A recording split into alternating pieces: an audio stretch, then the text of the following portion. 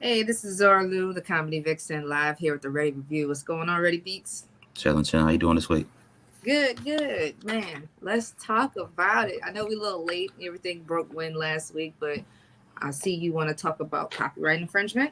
Yeah, for sure, for sure. First, we're gonna start off with Cardi B. Her situation. She just dropped the song "Up," and then like, only even 24 hours later, the artist Mir Fontaine and Mir Peso. Mm-hmm. Mir Fontaine came out and said that she stole the hook basically because they had a song called "Stuck." Okay, So and they're from New Jersey. So okay, okay. Yeah, honestly speaking, I'm like, the hook wasn't that creative, right? But then I'm like, what does this mean? This got to be some street slang. So I'm like, where yeah, did it come from? She doesn't yeah, even say it on her profile. Like, if she probably would have adopted the lingo and, decided to talk about it, like, throughout the past COVID, we probably would acknowledge that it's something that's in her vocabulary. yeah. The crazy thing is, like when she dropped the WAP video, she was saying that if it's up, then she was saying it while she's doing a live stream of we about to release the WAP video basically. Right. So she was saying it then, but they had dropped that song the day before the WAP video premiered. Okay. So I don't know if she heard it and then Mm-hmm. decided to say that, or what I'm saying, she already did the song if it's up. But at the end of the day, like the way that hook goes, it's kind of like it's like it's too the same. Like the beats was like almost the same energy, everything. Like you can't like fake the energy of a beat. Mm-hmm. So the tempo of the beat was the same. So if it's up, then it's stuck. If it's up, it's up. If it's up, then it's stuck. It's like the same thing. Like you didn't change much of it. So that's the main issue right there. Is like Creativity, yeah, the creativity involved in it. no concept. Yeah, like if you would have did something different and then came back with the up if it's up, cool. You might have been a sneak by with it, but just blatantly copying it like that, it's kind of hard to like defend something like that. No, I just think like when I really saw it all then, I was just like, man, something ain't right about this song. But I didn't think she took those words. I just thought it was a street slang I was unaware of. But I was like, okay, well, maybe she wanted a basic hook, kind of like body, body, body, body, like kind of like a dance track, That's like what I Megan thought too. did. Yeah, that's I I thought the took it same as thing. that. Yeah, I didn't really take it as her stealing someone else's song, like in a blatant out, no creativity. Just I'll just throw this hook on my track because I'm rapping about the same thing I always talk about, pretty much. Yeah. Um, all right, so that is in the rap world's perspective on Cardi B. Now, how do you feel about Cardi B? I guess maybe what 6 to 7 years in her career, technically. Mm. Because I think she got hot. Her song was was circulating around maybe 2017. I really started hearing it real heavy. Her first track she came out with, I can't remember right now, Yeah. But my but thing, even she been taken, so it's just like even Bodak Yellow was off of Kodak, yeah.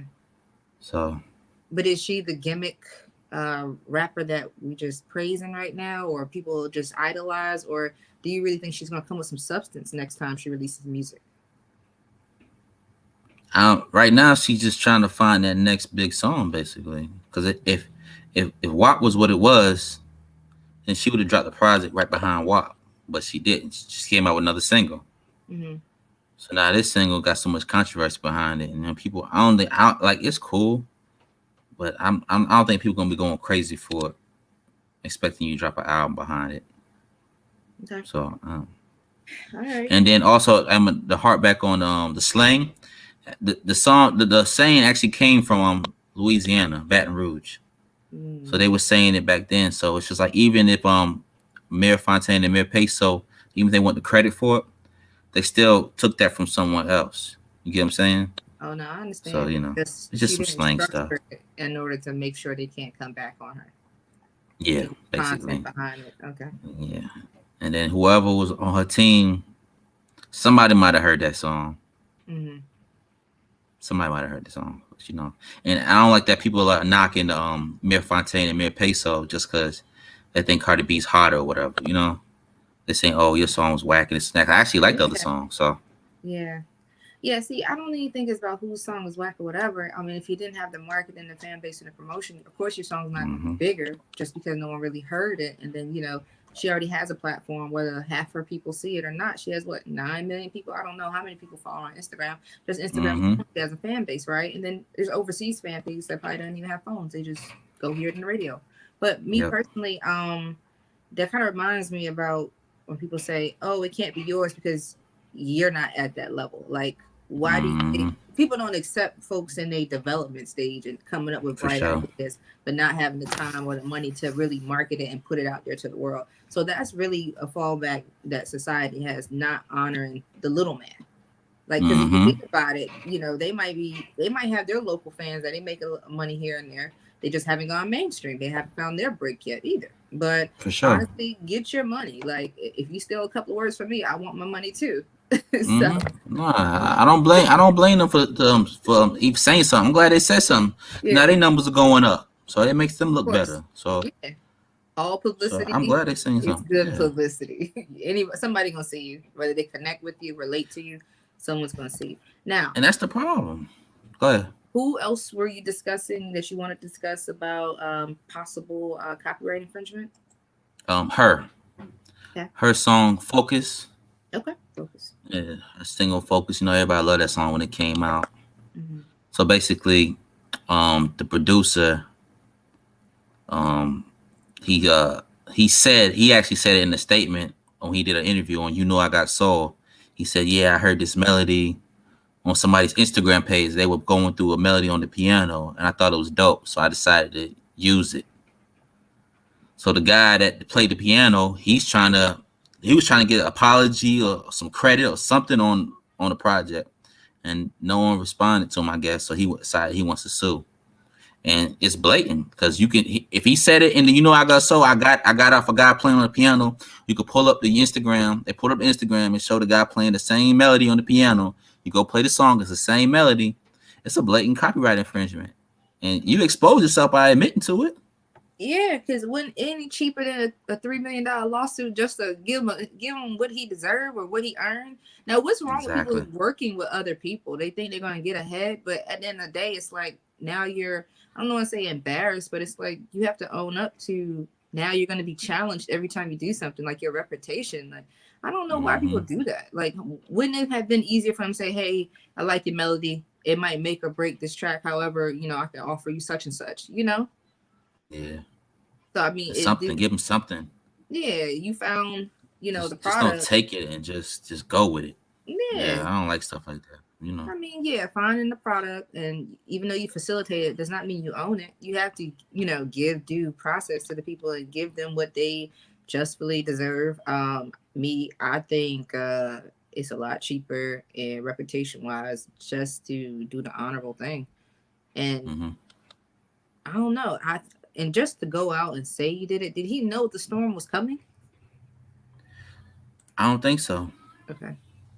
I don't think he know. Yeah. My thing is, even if you took it, okay, cool, you took it. But the person come at you and say, "Hey, I need some credit or this and that," Mm-hmm. because the song was a big song. It wasn't like a small little song. Mm-hmm. I'd give him at least 10%. Yeah. Because it's his melody. That's the main melody of the song. It carried the vocals and the synopsis of everybody vibing with it or whatnot. And that's the one thing about showcasing your talent, man. People, especially when you play the piano or instrument, because people they don't mind coming up there and taking your stuff or taking your creativity. Because Mm-hmm. there's so many people in this world. There's a lot of people that create, a lot of people that come out with stuff. But everybody's trying to get ahead. Well, do you think it's the downfall of people assuming like, oh, it's easy to get on, but it's hard to stay there? Is that why it makes folks want to go jack people's stuff? They think they're gonna For find out. sure. Like, For sure. I always thought about that saying when someone said, "Oh, it's easy to get on." Be like, "No, not really. No, it's easy to get on. Nah. You gotta stay there." Like, To stay on, that's the hardest thing. Because a lot of people get on, say they songwriters, this and that, and they might not have another hit again. They might say they Grammy nominated because the album they were on was album of the year, and they can say they Grammy nominated, but you might not have had the best song on the album. So then when you try to go to other people and work with them, you might not get another break, another hit song come out to you. So okay, it's easy. I don't say it's hard. It's not hard to get on. It's just, yeah, if you want to stay mm-hmm. and be consistent, it's a lot of work put into it. Well, Yeah. as far as people saying they're Grammy nominated or they won a Grammy for writing on a song or whatever, what Mm-hmm. context? So I'm thinking maybe okay, folks use certain titles to give them to get them in places or whatever. They may Mm-hmm. not For sure. necessarily earn the top accolades or wrote for big names, but they actually did get something. What Mm-hmm. type of parameters need to be in place where folks understand the level of creativity or how you put so if someone's a songwriter, right? Mm-hmm. And they said they got a Grammy. Say they had Yeah. like 4 words on a Rihanna track or something like that, right? I'm just giving Mm-hmm. example. What talent level do they really have? Like, is there something? You know what? Who you say was talking about that? Like, just how they felt like someone's talent is being blurred over just because they put Grammy behind it or whatnot. Me, me. So, So I know like there's always Instagram gossip or whatever. oh yeah, sorry, the kid he went on a rant. Okay, yeah. Okay. Yeah, he was talking about how he don't want to get in the room with certain songwriters because he's seen them working and like he just wasn't impressed, or you know they don't really put that work into it or whatever. Mm-hmm. So that's what he was just going on a rant about. He's like they're not being creative, just actually just stealing. And he said he didn't even blame Cardi B for the song. He don't even blame her. He blamed the people that was writing for her, The team. that was helping her. Yeah, the team. He blamed them because he was like a lot of these creatives. He seen them in action with the major artists, and they couldn't come through or deliver. So But at the end of the day, everything still falls on the artist because they allowed that to be put out under their name. yeah, but they don't know. They might not have known. I don't blame Cardi B. I don't blame her. They didn't know. Yeah. Now if they wrote the songs, if they produced the beat or they wrote the song, okay, you gotta take some blame for it. But if you just delivered it, even if you just wrote your verses, I can't blame you for that. But the hook, if you stole the hook, I can't, and you didn't come up, it was given to you. A lot of times Yeah. artists are given hooks. Yeah. So if it was given to you, I can't blame you for that. What about when Lil Wayne had that track "Teach You How to Love" came from Mm-hmm. overseas? I never It really came from heard too much. overseas. Yeah, apparently an artist that had a song like that overseas, it was jacked from Mm, them. I never really heard too mm, much else about it. I mean, it made it mm-hmm, big. Everybody was like, "Man, this is very creative. This doesn't seem like something he would put out." And the mm-hmm. visuals and everything. So, I mean, I guess the artists at the end of the day, they taking a gamble. Yeah. They waiting on the next single, they waiting on the next hit. Someone says we got something for you. They send it to you. You don't really do your research. I mean, I don't Mm-hmm. know. It is what it is. So, anything else Yeah. to add about copyright infringement? Not just that. It's just that they throw stuff out there because it's for the fans, and the fans aren't gonna care. Mm-hmm. They're gonna enjoy it anyway. So even if it was stolen, even like Vanilla Ice, the song then it was stolen, Mm-hmm. and still people still love the song, or whatever. So it's just about the fans. I agree. Yeah.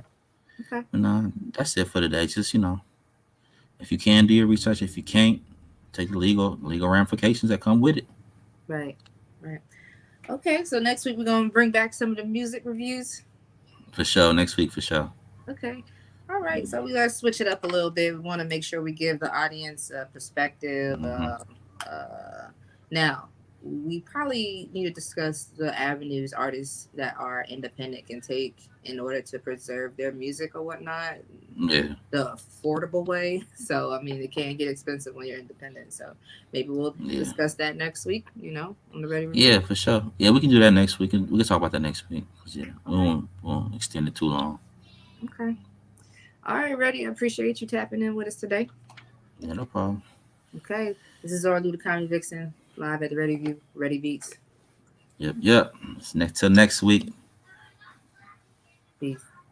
All right, y'all.